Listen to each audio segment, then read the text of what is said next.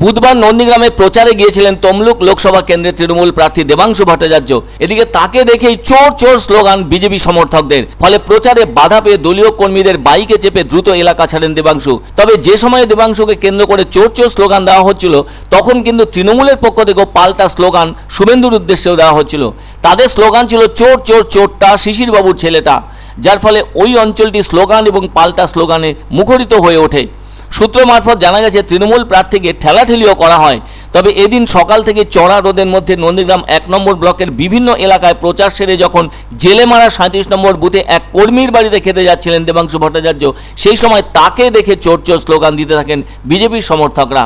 সম্প্রতি নন্দীগ্রামের ঘোলপুকুরেও চোর চোর স্লোগানের মধ্যে পড়েছিলেন তৃণমূল প্রার্থী দেবাংশু। এদিকে অভিযোগ, দেবাংশু সহ তৃণমূল কর্মীদের নাকি ঘিরে ফেলেছিল বিজেপির কর্মী সমর্থকরা।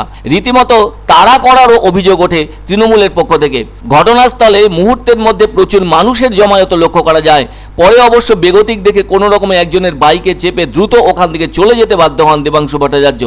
জানা গেছে এদিন তমলুক লোকসভা কেন্দ্রের তৃণমূল প্রার্থী দেবাংশু ভট্টাচার্য নির্বাচনী প্রচারে গিয়েছিলেন নন্দীগ্রামের ভেতরকার জেলেমারা 37 নম্বর বুথ এবং মৌজ বৃন্দাবনপুর 36 নম্বর বুথ এলাকায়। অবশ্য তার সঙ্গে ছিলেন তৃণমূল নেতারা। যেহেতু ওই দুটি অঞ্চলে তৃণমূলের দেবাংশু প্রচার স্বার্থে আসবেন, ফলে স্থানীয় তৃণমূল কর্মীরা মাইকিং করে আগে থেকেই জানিয়ে দিয়েছিলেন প্রার্থীর আসার বিষয়টি। আর তাই সেই কারণে তৃণমূলীদের পাশাপাশি বিজেপির কর্মী সমর্থকরা ওখানে জড়ো হন।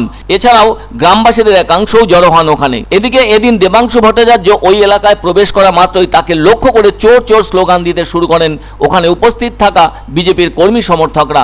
এমন ঘটনায় তুমুল উত্তেজনা দেখা দেয়। আবার কেউ কেউ দেবাংশুর গাড়ি ঘিরে কটূক্তিও করতে থাকেন বলে অভিযোগ। তবে ওখানে তৃণমূল প্রার্থী দেবাংশু ভট্টাচার্যকে কেন্দ্র করে স্লোগান দেওয়ার বিষয়টি নিয়ে কোনো গোলমাল বাঁধতে পারে, এটা ভেবেই ঘটনাস্থলে হাজির হয় নন্দীগ্রাম থানার পুলিশ। এদিন অবশ্য দেবাংশু ওখানে যাওয়ার কথা নিজে মুখেই বলেন।